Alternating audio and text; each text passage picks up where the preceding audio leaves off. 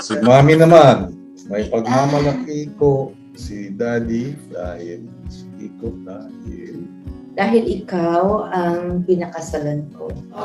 At ikaw ang ama ng aking tatlong anak. Yes. At ng aking panganay na si Christina na talagang tinuring mong tunay mong anak mula ng umpisa.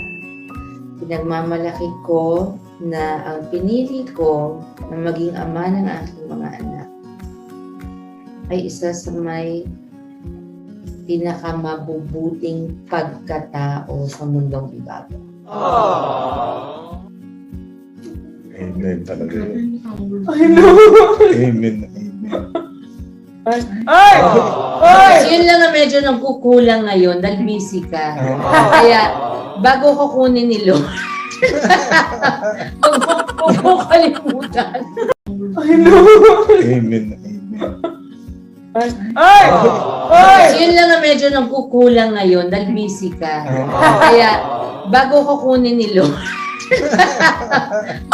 huwag mo kalimutan.